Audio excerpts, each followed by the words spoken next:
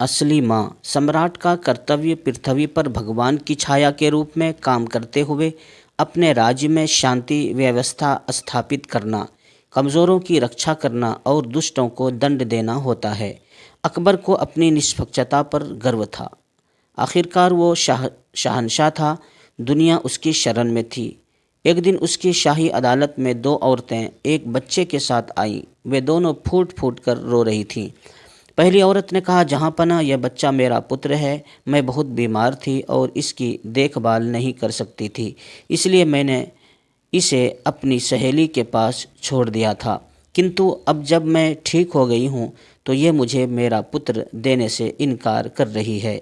इस पर दूसरी औरत ने चीख कर अकबर से कहा, मेरे भगवान, ये झूठ बोल रही है। ये मेरा पुत्र है और मैं इसकी माँ हूँ। ये औरत इस तरह की कहानियाँ सुनाकर मेरे पुत्र को ले जाना चाहती है। अकबर ये निश्चय नहीं कर पा रहे थे कि औरतों को कैसे न्याय दिलाया जाए।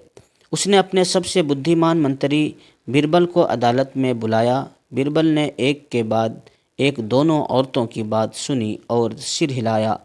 फिर वो अकबर की ओर झुका और बोला, जहाँ पनाह, दोनों ही औरतें इस बच्चे की माँ होने का दावा कर रही हैं, इसलिए हम इन दोनों को बच्चा दे देते हैं। बादशाह के साथ साथ अदालत ने भी बीरबल को आश्चर्य से देखा। बीरबल ने द्वारपाल से कहा, इस बच्चे को पकड़कर शाही कसाई को दे दो और उसे इसके दो भाग करने को कहो। जब द्वारपाल ने पहली औरत के हाथ से बच्चे को लिया तो वो ज़ोर से चीखी, चिल्लाई और बादशाह के पैरों पर गिर गई। उसने विनती की, दया मेरे प्रभु, मेरे बच्चे को नुकसान मत पहुंचाओ। दूसरी औरत को ही मेरे बच्चे को रखने दो। मैं अपनी शिकायत वापस लेती हूँ। मैं अपने बच्चे से बहुत प्यार करती हूँ और उसे हानि पहुँचते हुए नहीं देख सकती।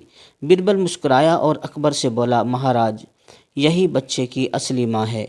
एक माँ कुछ भी सहन कर सकती है, किंतु उसके बच्चे को कोई हानि पहुँचाए, ये वो सहन नहीं कर सकती। अदालत में मौजूद हर किसी ने बीरबल की बुद्धि की सराहना की। अकबर ने बीरबल को इस समस्या को सुलझाने के लिए सुंदर उपहार दिया। तो गाइस, इस चैनल को सब्सक्राइब करें, शेयर करें। इस तरह की कहानियाँ सुनने के लिए इस चैनल का साथ दें। ओके, धन्यवाद। आप लोगों को इस चैनल पर मज़ेदार कहानियाँ मिलेंगे।